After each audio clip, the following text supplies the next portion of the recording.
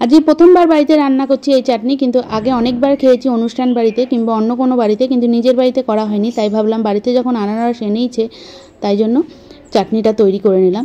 এইভাবে জেনেছি বলে এইভাবেই করছি। আপনারা যদি অন্যভাবে করে থাকেন অবশ্যই কিন্তু আমাকে কমেন্ট করে জানাবেন। তার জন্য আনারসটার খোসাটা পুরো মোটা করে ছাড়িয়ে নিয়েছি, নাহলে মুখ চুলকায়। এবার একদম মিহি করে কেটে নিচ্ছি, মিহি বলতে জিরি করে কেটে নিচ্ছি। সব আনারসগুলো এইভাবে জিরি করে কেটে নিচ্ছি। আপনারা চাইলে গ্রেটার দিয়ে গ্রেট করেও নিতে পারেন, যেহেতু আগে এইভাবে কাটা হয়ে গেছে তাই জন্য আমি ছুরি দিয়ে এইভাবে কেটে নিচ্ছি। তারপরে মিক্সির জারে দিয়ে পেস্ট তৈরি করে নেব।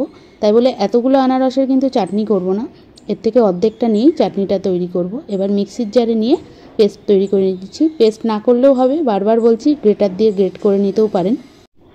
তাই বলে একদম মিহি পেস্ট করব না, একটু যাতে দানা দানা থাকে সেইভাবেই পেস্টটা তৈরি করে নিয়েছি। মিক্সিটা অফ অন করে চালিয়ে নিয়েছি।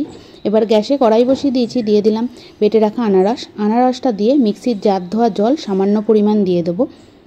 দিয়ে খুব ভালোভাবে এবার মিডিয়াম আঁচে রান্না করছি। দেখে হয়তো বুঝতেই পাচ্ছেন একটু দানা দানা আছে, একদম কিন্তু মিহি হয়নি।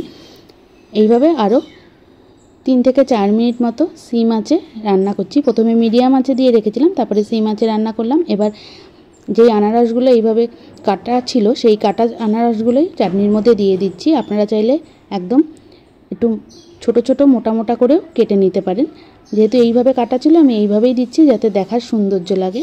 প্রথমে তো দেখা তারপরে তো খাওয়া, তাই যাতে দেখতে ভালো লাগে তাই এইভাবেই আমি কেটে দিয়ে দিলাম। এবার এর মধ্যে দিয়ে দিচ্ছি সামান্য পরিমাণ লবণ, আর দিয়ে দেবো 1 চিমটে বিট নুন। আর এর মধ্যে কোনো মশলা দেব না, বিট লবণ দিয়ে খুব ভালো করে মিশিয়ে নিচ্ছি। আর আমার কাছে ছিল মিষ্টির রস, সেই মিষ্টির রস দিয়েই আজকে চাটনিটা করব। মিষ্টির রসের পরিবর্তে অবশ্যই চিনি দেওয়া যেতে পারে, সবার বাড়িতে তো আর মিষ্টির রস থাকবে না, চিনিটাই থাকবে। তাই মিষ্টির রস যখন ছিল ফেলে না দিয়ে চাটনি তৈরি করে নিলাম। বেশিরভাগ মিষ্টির রস দিয়েই আমি চাটনিটা তৈরি করি। দিয়ে খুব ভালো করে মিশিয়ে আরও 2 থেকে 3 মিনিট মতো মিডিয়াম আঁচে রান্না করব।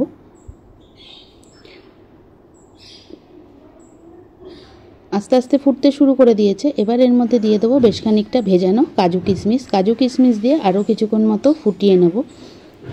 আনারসের চাটনি করতে যা বুঝলাম বেশি কিন্তু ঝামেলা নেই, আর খুব তাড়াতাড়ি হয়ে যায়।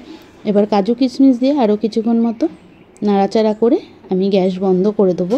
চাইলে আপনারা এর মধ্যে নামানোর পর বেদানাও দিতে পারেন, বেদানা ছিল না বলে দিইনি। আর সবচেয়ে বড় কথা যে চাটনিটা করব এটার কোনো ঠিক ছিল না, যদি আগে থেকে ঠিক থাকতো তাহলে হয়তো দোকান থেকে বেদানাটা কিনে আনতাম। কথা বলতে বলতে চাটনিটা অনেকটাই গাঢ় হয়ে গেছে। এবার গ্যাস বন্ধ করে দিলাম। তাহলে তৈরি হয়ে গেল খুব সহজে আনারসের চাটনি। আমি তো এইভাবে রান্না করলাম প্রথমবার, আপনারা কিভাবে রান্না করেন সেটাও কিন্তু আমাকে অবশ্যই জানাবেন। যদি কোনো ভুল হয়ে থাকে তাহলে অবশ্যই বলবেন যে না, আনারসের চাটনিটা এইভাবে করতে হয়। তাহলে দেখা হবে অন্য কোনো নতুন রান্না নিয়ে। ততক্ষণ ভালো থাকুন, সুস্থ থাকুন, দেখতে থাকুন আরও নতুন অনেক রান্না।